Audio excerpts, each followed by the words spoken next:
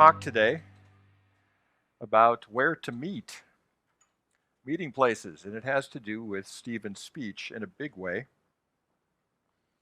Today, after our service, the Methodists will be meeting across the way to vote as to whether or not to leave their denomination. Their denomination wants to close them down so they can sell the property and make money. And I invite anybody who wants to gather here in the chapel to pray over that issue. And it is an issue which is very important in America. Where do we meet? And this is a lot deeper issue than you might think. It has a lot to do with this Bible passage today. So Acts 6, verses 13 and 14, people have met in big churches, little churches. I have a picture of the Crystal Cathedral there, a little white pointy church out on the prairies, meeting in homes, meeting in all kinds of places. What's God's will for our meeting? And how do we make that happen? As Kim said, it's all about Jesus. So how do we gather so that we can move the message of Jesus forward? Acts 6, verses 13 and 14. The reason I'm going back to this passage just for a second is to remind you what's happening in this Bible passage. Stephen the deacon, Stephen the person waiting on tables, Stephen in charge of food service, turns out he was spirit-filled and powerful. So he started moving in the Spirit and doing acts of power, and he became a bit of a celebrity in Jerusalem. And the religious authorities were coming down on him. The religious authorities were called the Sanhedrin. And the Sanhedrin had two big accusations against Stephen. And here they are. The lying witnesses said, "This man is always speaking against the holy temple, the meeting place, and against the law, the Torah of Moses. We have heard him say that this Jesus of Nazareth will destroy the temple and change the customs Moses handed down to us." So what are their two accusations? One is that Stephen is off base in criticizing Moses, and he also is anti-temple. Those are the two big accusations. You might think, well, that's just theological hair splitting. But the truth is, all of Jewish life revolved around Jerusalem, revolved around the temple, and their lifestyle took on the pattern of the Torah. And so basically, he's calling into question the entire culture, the entire society, and that would be called in any society treason. You call into question the basic idea of a country, and you start to question those things, and they're accusing him of treason.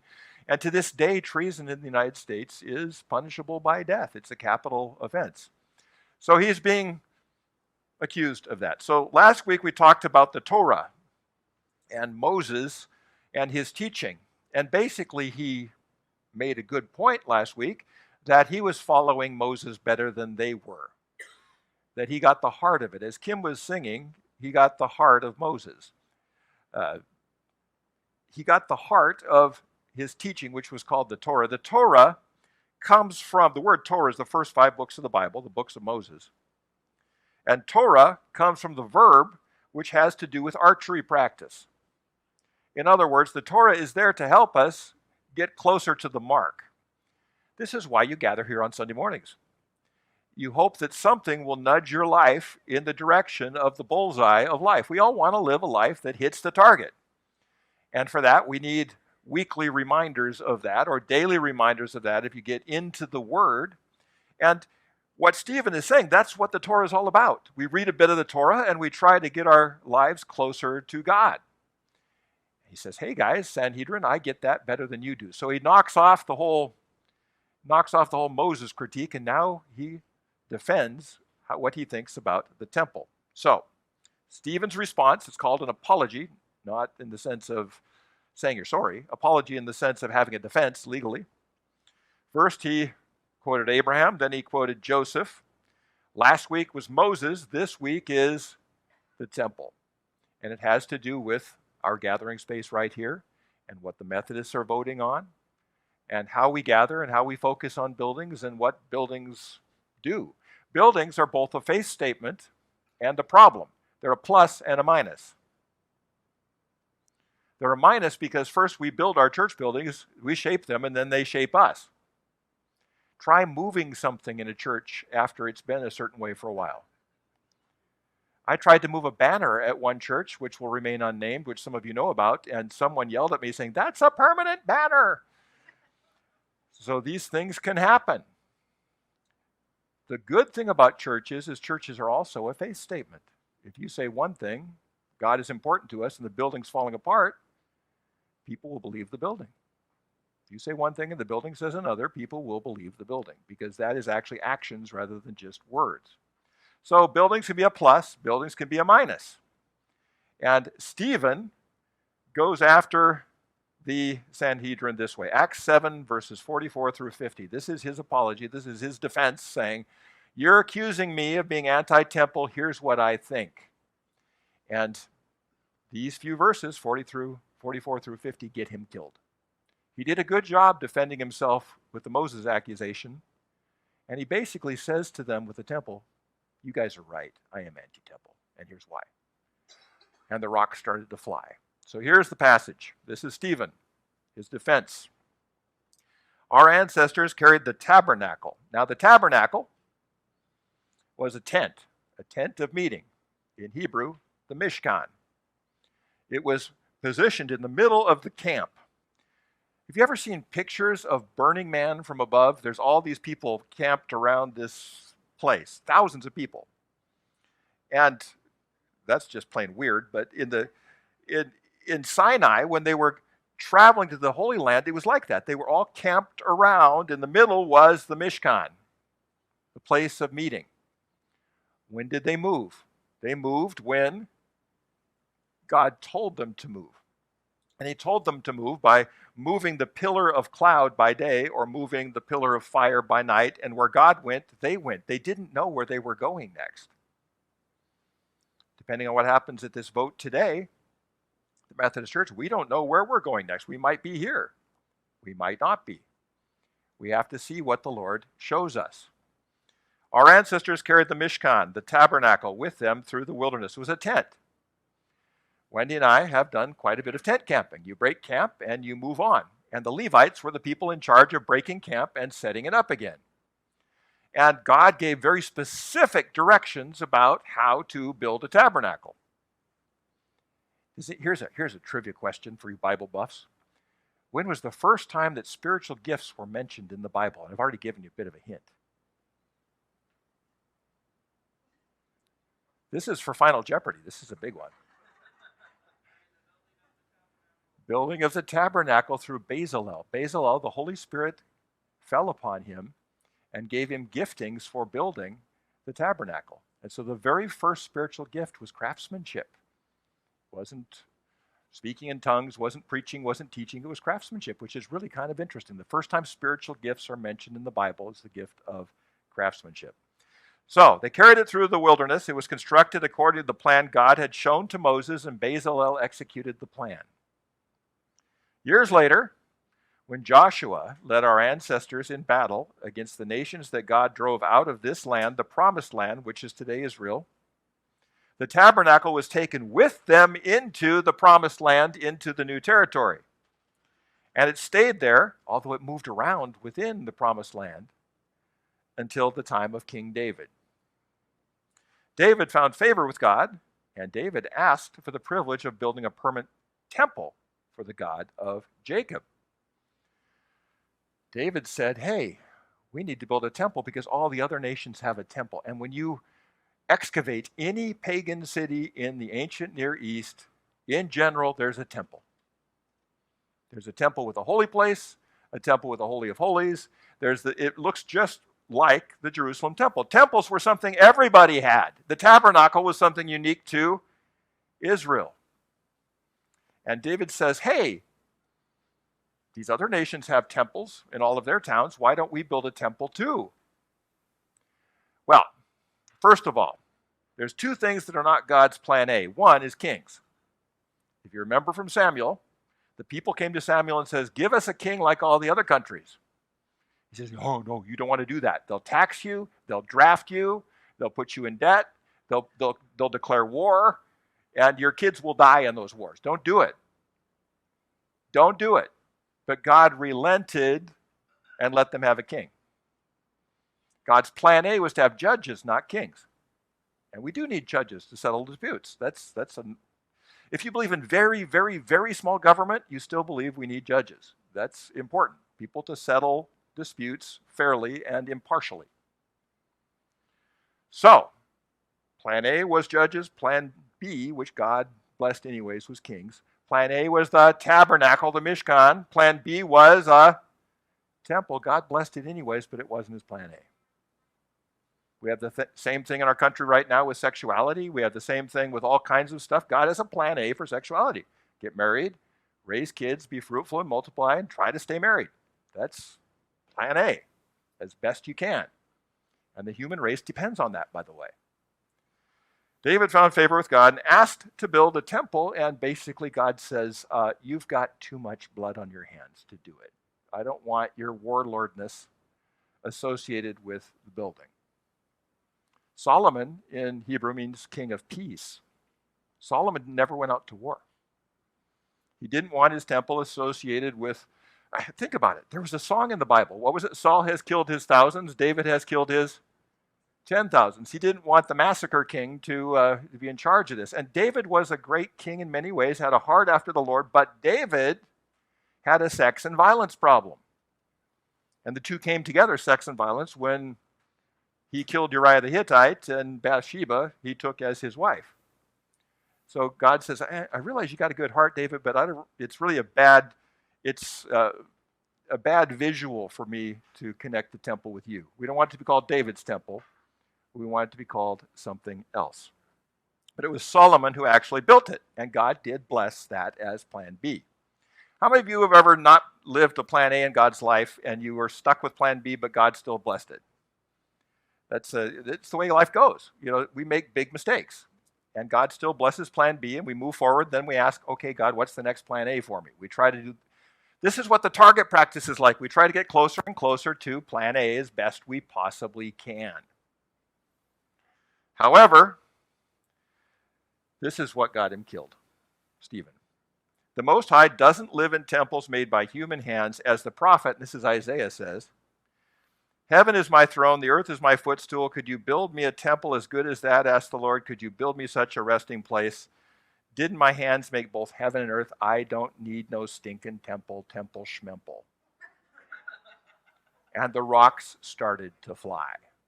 So he defended himself well with Moses, and he basically said, your accusation's right when it comes to the temple. It was God's plan B to start with. Are you following the storyline here? And this is what caused, what we're going to talk about next week, is the execution of Stephen under the approval of the Apostle Paul before he became the Apostle Paul. Now, there's tension in the Bible as to whether or not we need a meeting place, whether or not we need a place to be. Now, it's natural to have a tent in a country that is based on tents. Back then, people were mostly nomads and herders. You've seen the movies where they show up at the Sultan's tent and there's dancing ladies and tambourines and there's big feasting and they're all lying on pillows. Well, that's kind of how they lived back then, the rich people. Not so much palaces, but they had tents. And so tent people would naturally have a tent culture and a tent gathering place. Last I checked, none of you slept in a tent last night. This is not what we do here in California. This is not how we dwell. So it doesn't have to be a tent in that sense, because tents are not what we do as a culture. That's not the point. There's tension in the Bible as to how to meet, where to meet, whether the temple was good or bad, all of that. And I'm going to show you some of that tension.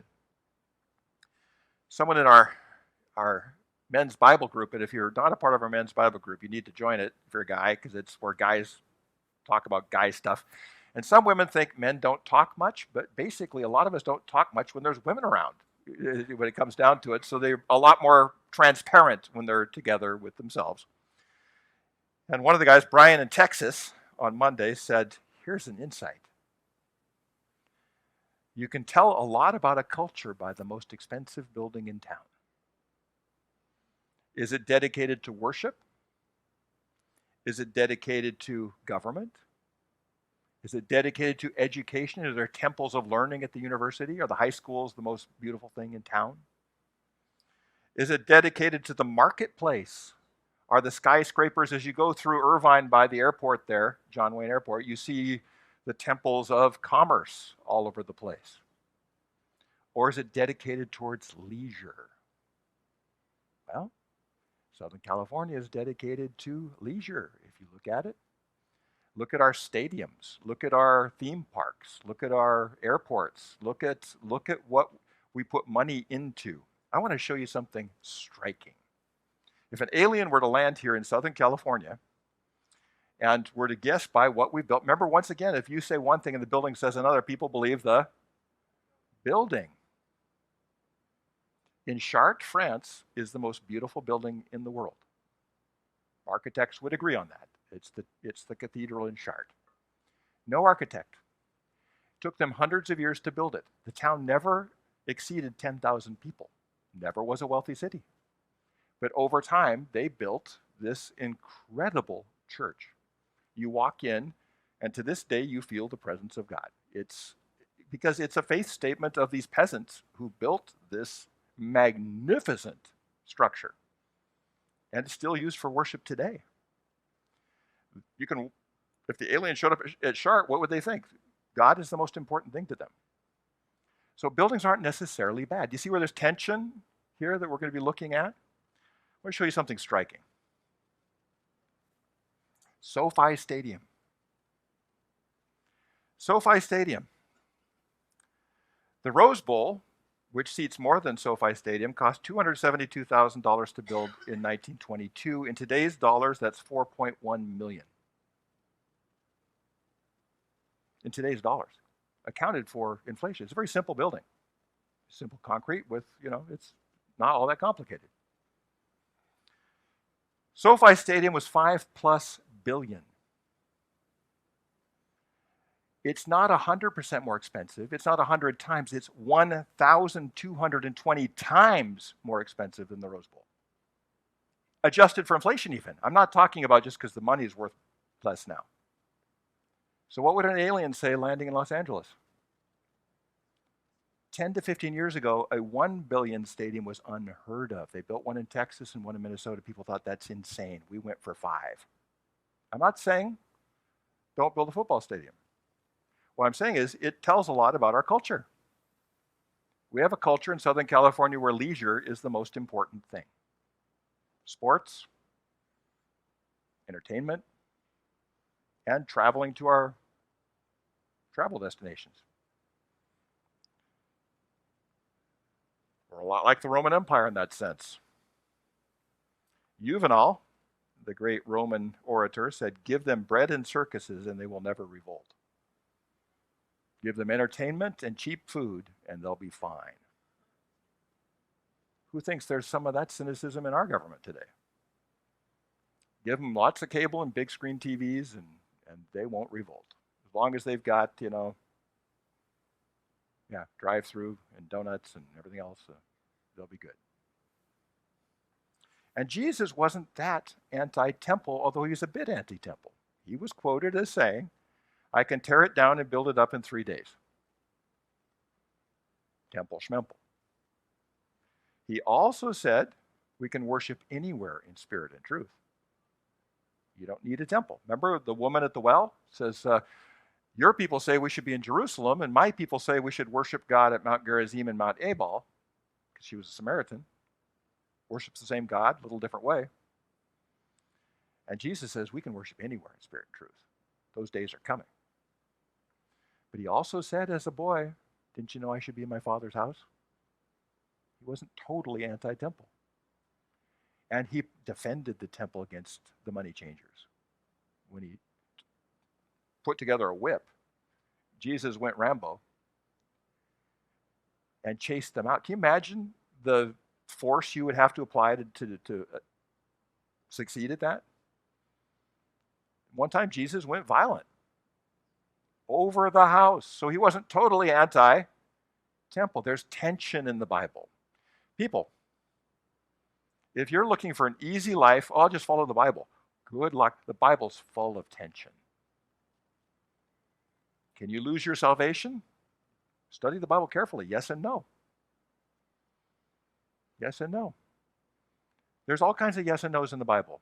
There's a lot of tension, and you guys live in that tension, and so do I. That's why we have to continue to open the Word and look at it together and keep working on our archery practice to try to get closer and closer and closer to the bullseye.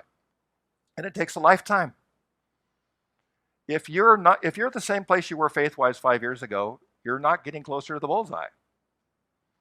And we need to continue to be intentional about that, to go after the bullseye, which is God's plan A for your life and my life. And that takes a long time to discern. People, it is easy to get saved. If you're not saved, we can take care of that in 5 minutes after the service. It's hard to hit the bullseye. Let me say that again. It's easy to get saved. It's hard to hit the bullseye. But once we get saved, we want to try to, hit the bullseye out of grateful response to the Lord. We want to try to get better at that.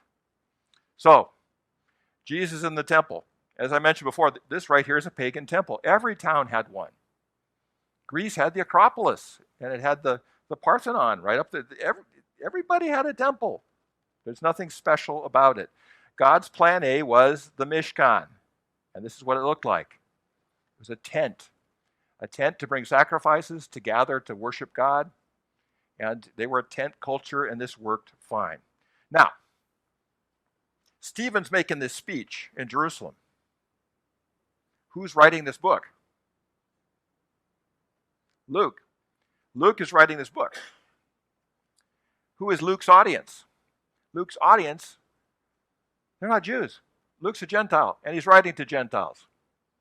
And those Gentiles are meeting in house churches. And for the first 300 years of the church, people met in homes. There was no such thing as a church building before the year 300s or so, when Christianity became legal. It was illegal, so they met in homes because it was quieter. And back then you could do that.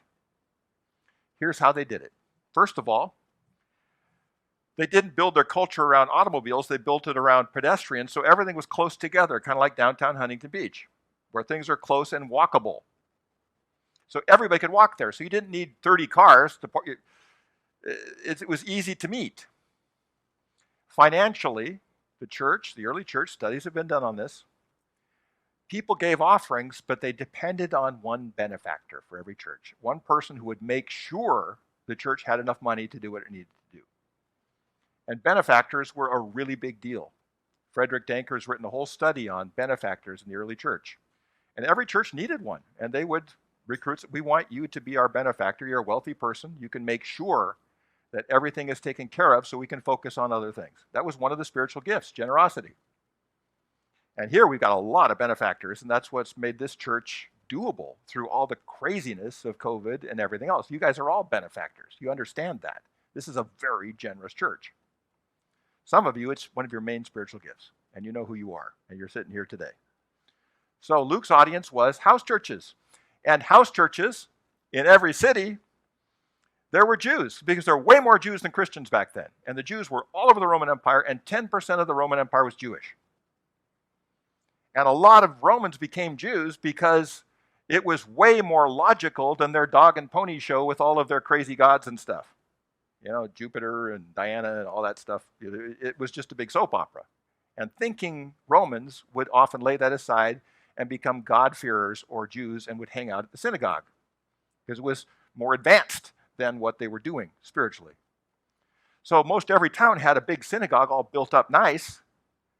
And Luke's audience, they're meeting in homes because Judaism was legal and Christianity was not. So there's the situation. He's writing to them saying, he's also using Stephen's speech to tell the Christians in house churches, you're doing it just because the other people have a synagogue and you don't, doesn't mean you're not as important. You can worship God in spirit and truth in your homes. You can do that. You understand where the incentive here for the right? There's a reason people write every chapter of the Bible. Nobody's just said, I'm just going to write a chapter of the Bible today. They're dealing with an issue, and Luke is dealing with an issue where all of the Christians felt like second-class citizens because the Jews had a place to be and they didn't, and so he wanted to remind them what Stephen said. And Stephen was willing to die for it, and he did. Here's something you may want to copy down. I heard this from someone, and it's so spot on. The church started as a house movement that was primarily singles. Some married people, but primarily singles. As far as we know, Jesus was single. As far as we know, Paul was single. It started as a house movement in what we call Palestine, Israel, what do you want to call it? It moved to Greece and became a philosophy. In Greece, that's where they hammered out the creeds. That's where they hammered out the Trinity. That's where they hammered out how salvation works. That's where they figured they created a legal description of the Christian faith called the Nicene Creed. And if you're outside of that, you're not a Christian. And if you're inside of that, you are. If you can say the Nicene Creed without crossing your fingers, then you're a Christian. And you need that, people. You need a definition for the faith. Why are the people up the street, the Jehovah's Witnesses and the Mormons, not considered Christians? Because they don't use the Nicene Creed. Every Christian church of every denomination that you call Christian has the Nicene Creed somewhere in its bylaws. So it became a philosophy, a theology. And the Greeks gave us that. They thought through what it meant for Jesus to be true God and true man. They were the ones who came up with that phrase. Then it moved to Rome and became the biggest institution in the world, the Roman Church. To this day, the biggest corporation on the planet, the biggest landholder. And if you've ever been to their corporate headquarters, which is its own country, for goodness sake, Vatican City, you cross a border to go from Italy to Vatican City. And it became the institution, which modeled itself after the Roman army in its hierarchy. And hierarchies, by the way, are not friendly to women. The American military and the Roman Church, because they're so hierarchical, they tend to be anti-female in leadership. And the more flat and democratic a group is, the more egalitarian it tends to be. It's all a matter of hierarchy. Men love hierarchies. You put men in a group and we'll form a hierarchy right away. And we'll be cool with that. And women are a lot more egalitarian. That's just the way that works. And so one of the reasons we got kicked out of our denomination is we weren't hierarchical enough. So, a little less on that. Moved to Europe and became a state church. The Church of England, the Church of Sweden. My ancestors came from the Church of Norway. State church. The Church of Sweden runs the census in Sweden. The Church of England is one of the biggest landholders in the country, and the Archbishop of Canterbury, who came to faith on the Alpha Course, who used to be an oil executive, will be crowning King Charles this spring. He's the only one who outranks King Charles. And he will lay the crown because he is the only one with the authority to do that, because he's the head of the Church of England. State church. Most countries in Europe had a state church. The Lutheran Church in America is just immigrants from the state churches. And they formed Lutheran churches because the state religion of their country was Lutheran.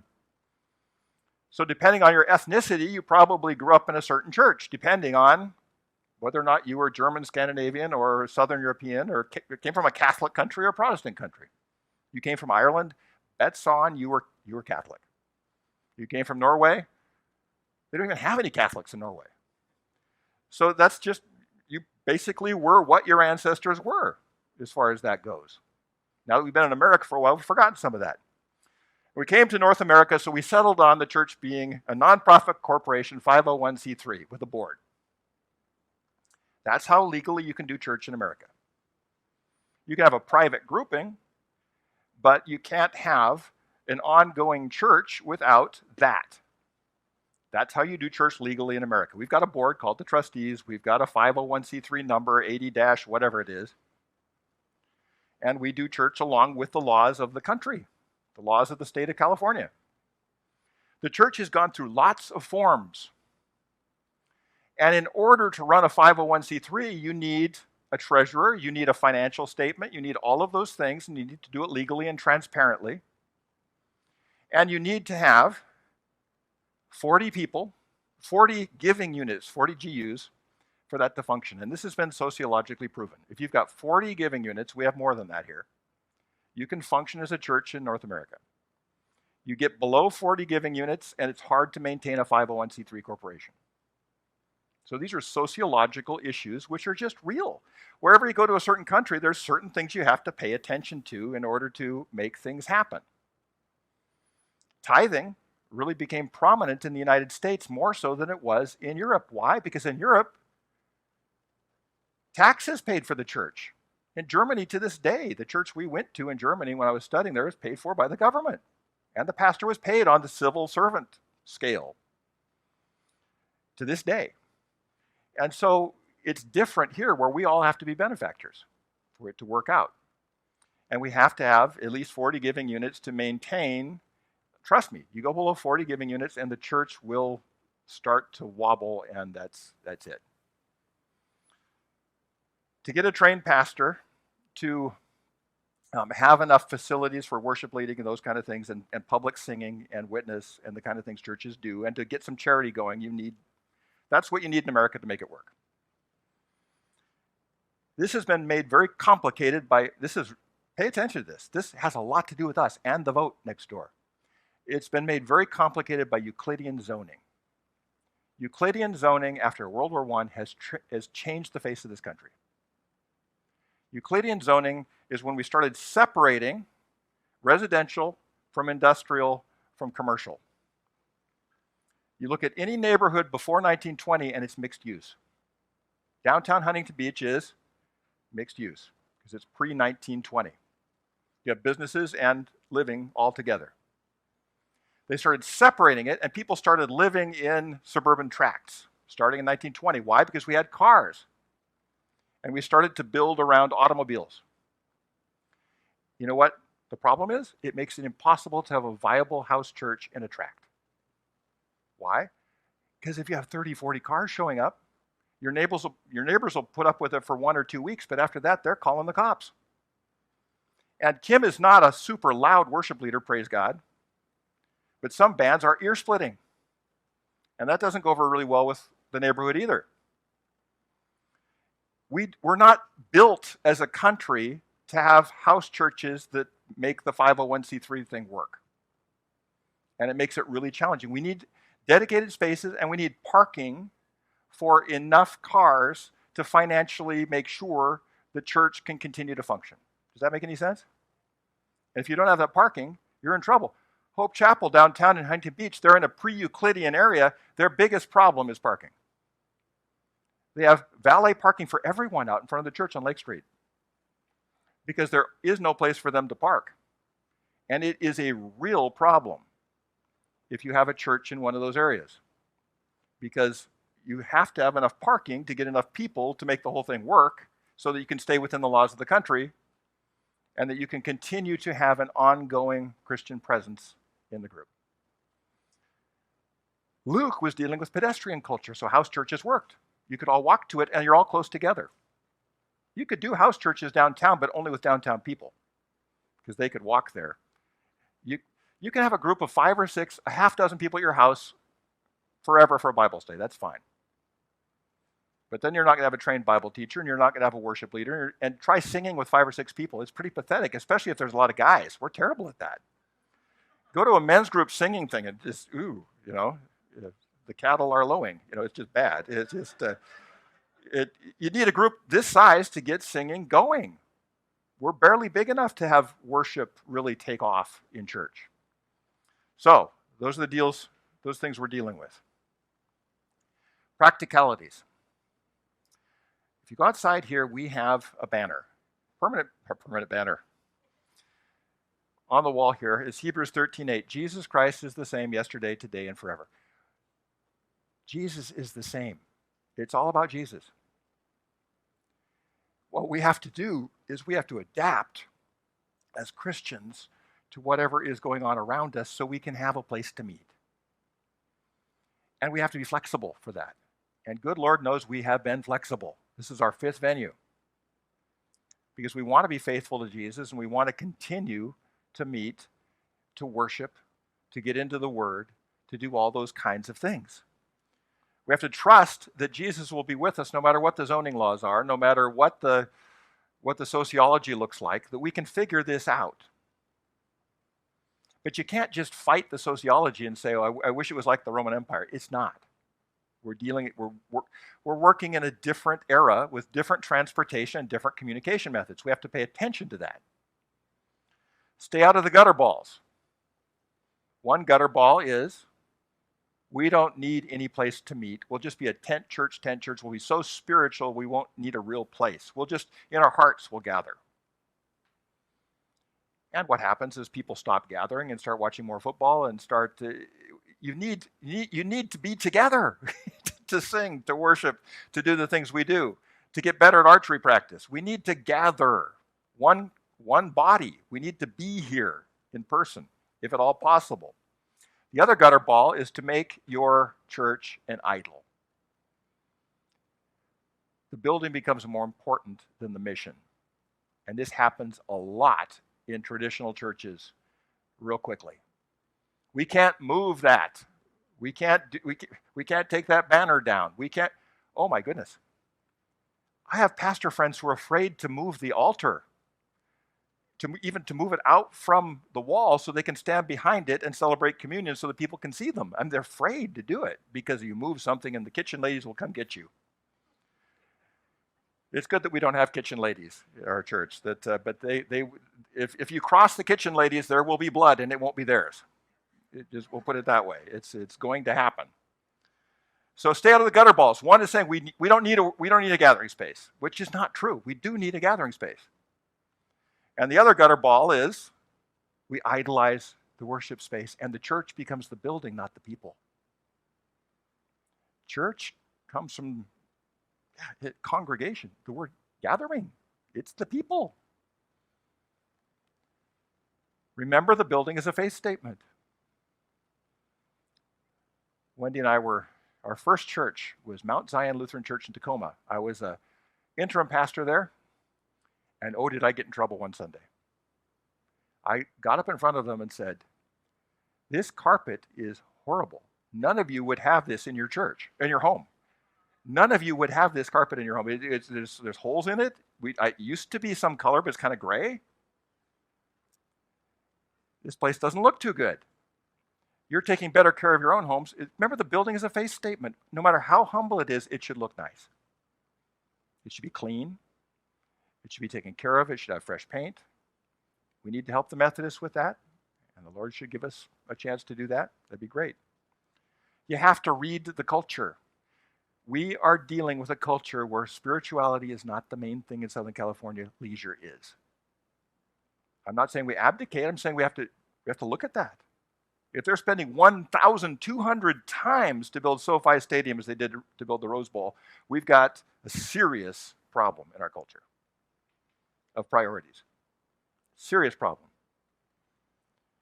You have to be able to read the culture. What's going on here? Pay attention. Be wise. And like the tabernacle, be flexible.